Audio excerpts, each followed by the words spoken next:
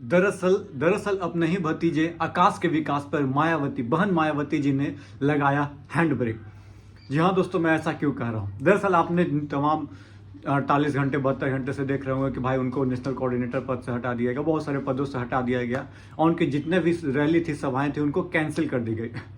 दरअसल बसपा का डाउनफॉल हो रहा था। उसी बीच में आकाश जो है बसपा को ऊपर लिफ्ट अप करने के लिए मैदान में उतरे और भाजपा के विरुद्ध अच्छे खासे भाषण दे रहे थे, लेकिन कुछ उनसे गड़बड़ियां हो गई। गड़बड़ियां ये हो गई कि भाई साहब उन्होंने भाजपा को आतंकवादी संगठन से तुलना कर दिया, जो कि कहीं हद तक बहुत गलत है। मानिए, आप मानिए, हमको मानना, सबको मानना पड़ेगा। लेकिन जिस फायर ब्रांड की तरफ से वो फायर ब्रांड नेता की तरह जो काम कर रहे थे, जो भाजपा के विरोध जो आवाज उठा रहे थे, उस विरोध के स्वर को दबाने की कोशिश की गई बहन मायावती की तरफ से। आप बोलिएगा ऐसे काहे, उन्हीं ने उत्तराधिकारी घोषित किया था। ठीक, हाँ, मैं बता रहा हूँ, 6 महीने, आज से 4-5 महीने पहले दिसंबर में उन्होंने अपना उत्तराधिकारी घोषित किया था। लेकिन एक FIR ने उनको इतने बड़े पद से उनको हटा देना, इस तरह से बड़ा, क्या बोलते हैं, ट्विटर पे या X पे बोल सकते हो, लेटर लिखना और ये बता देना कि अभी वो क्या बोलते हैं, मैच्योरिटी लेवल पे अटेंड नहीं किया। हो सकता है मैच्योरिटी लेवल अटेंड नहीं किया होगा, लेकिन आपने दिसंबर में जब उनको उत्तराधिकारी घोषित किया था, तब भी तो आप जांच परख रही होंगी। क्या दिक्कत था? डर था कि बीजेपी की बी टीम जो है बीजेपी को लॉस न करा दे। दिक्कत ये आ गई कि यहाँ तक किशोरी लाल शर्मा जी ने इनको, अमित शाह जी को ये आरोप लगाते हुए कहा है कि भाई साहब, भाजपा BSP के अध्यक्ष बनने के लिए आपको शुभकामनाएं।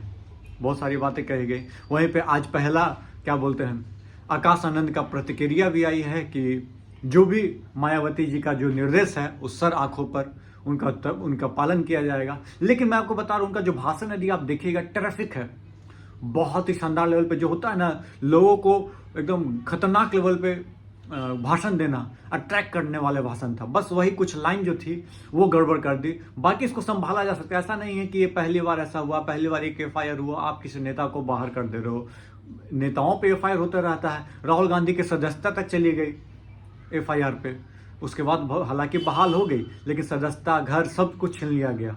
FIR से डरते, राहुल गांधी का पता नहीं कितने जगह FIR हुआ होगा। चलिए, राहुल गांधी की बात छोड़ दीजिए। उसी तरह क्या लगता है, अभिषेक बनर्जी जो है मायावती की, TMC के जो उत्तराधिकारी हैं, उन पे ED का केस चल रहा है। ममता बनर्जी के जो भतीजे हैं, फिर वो अभी तक लड़ रहे हैं। हाँ, उनको भी कभी कभी बी टीम साबित कर दिया जाता है, लेकिन फिर भी लड़ ही न रहे हैं और अकेले दम पे लड़ रहे हैं। आप 2020 का, जब 2022 का चुनाव था, तो पता नहीं कहाँ गायब थी। पूरा चुनाव पे बस उम्मीदवार को खड़ा कर दिया, उसके बाद शून्य, नील बट्टा सन्नाटा, पता नहीं किसको आप हेल्प करना चाह रहे हैं। दरअसल बसपा का जो कोर वोटर है वो बसपा से छिटकता नहीं है मैक्सिमम। आपको इनको वोट जो है 2 करोड़ 2.5 करोड़ का वोटर जो है आंख बंद करके BSP के पास जाती है, लेकिन 6% वोट पे आ गए थे आप। 0 सीट आपको मिली थी 2022 के चुनाव में यूपी के। और जो शिफ्टिंग हुआ था मैक्सिमम बीजेपी के पास गई, कुछ आपको कुछ सपा के पास गई, कुछ ही सपा के पास गई थी, मैक्सिमम आपको बीजेपी के पास गई। आप चुप्पी साधे रहे, कुछ नहीं बोला। आज जब वो एक FIR हुआ, एक बात बोल दी भाजपा के खिलाफ, इस तरह से बोल दिया आकाश आनंद ने, तो आपने उस पर कार्रवाई कर दी। और कार्रवाई भी इस तरह कि भाई कोई उभरना चाहेगा बड़े लेवल पे नेता। आज एक बात न बताइए, चौकीदार चोर होकर नादा, राफेल डील में बात किया जाए, यदि अडानी अंबानी की बात करते हैं, या चाहे क्या बोलते हैं, लालू यादव कुछ मुखर होकर बात बोलते हैं मोदी जी के खिलाफ, ज़्यादा तेज ना बोले तो गला फट जाएगा, इस टाइप में जो बात बोलते हैं, तो कुछ बातें तो बोली जाती है। तो इसका मतलब ये थोड़ा, और नेता तभी बनता, कहा जाता है कि जब तक आप पे FIR 2-4 गुना हो। बाहुबली से लेकर तमाम लेवल के नेता हैं। अब मैं बात करता हूं कि बहुत सारी सीटें जिसपे बीजेपी के, क्या बोलते, बहकावे में या बीजेपी के कहने पे उन्होंने उम्मीदवार बदले। क्या है मामला, मैं आपको पहले कुछ नामों के चर्चा करता हूं।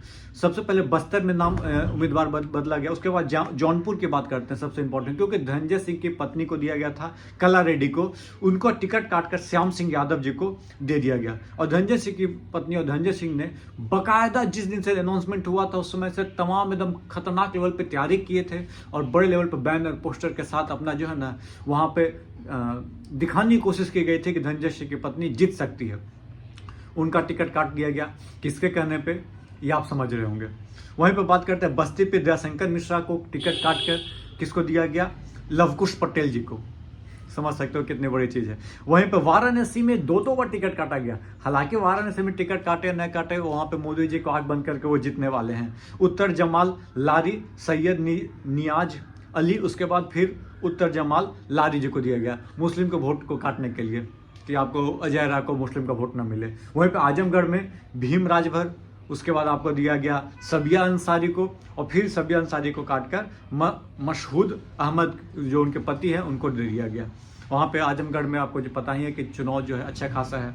भीम को मुस्लिम का वोट काटना है, क्योंकि भाई यादव तो आपको पता है कि निरहुआ भी यादव है, उधर सपा के कैंडिडेट जो हैं उनके भाई वो भी यादव हैं। मैनपुरी की बात करते हैं, जहाँ पे डिम्पल यादव खड़ी थी। गुलशन साक्या को टिकट काटकर शिव प्रसाद यादव को दिया गया। किस लिए, यादव का वोट काटने के लिए। आप समझ सकते हो कि ये कुछ सीटें मैं बस आपके आकलन के लिए, आपको समझाने के लिए मैं लेकर आया हूँ कि बहन मायावती जी को बीजेपी का बी टीम इसी तरह नहीं कहा जाता है। एक दर्जन सीट आप बदल रहे हो, और ठीक उस दिन की रात कल नामांकन करना, आज के रात में पता चल रहा है कि भाई आपका टिकट काटा गया, दूसरे को टिकट दिया जा रहा है। ये बताइए कहाँ तक जायज है।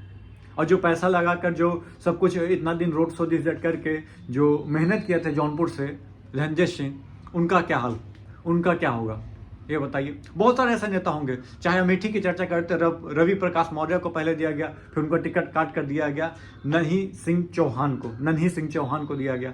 बताइए 14 उम्मीदवार, 15 उम्मीदवार को टिकट काटना कहाँ तक जायज है। या तो आपने सोचा नहीं, सोचा तो इतना कन्फ्यूजन क्यों, कन्फ्यूजन करने के बाद भाई आपने बार बार टिकट क्यों काट रहे हैं।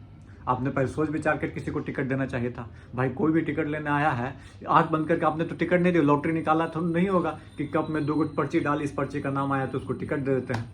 चलिए जो भी हो, बीजेपी के बी टीम इसीलिए कही जाती है कि भाई साहब आप बसपा जो बड़े लेवल की पार्टी थी, कैडर बेस्ड पार्टी थी, मुख्यमंत्री रह चुके हैं कई बार, उसके बावजूद वो आज विलुप्त कांग्रेस के जगह पे आ गई। जब कांग्रेस का भाई जीरो स्थिति है, उसी तरह उनका भी जीरो।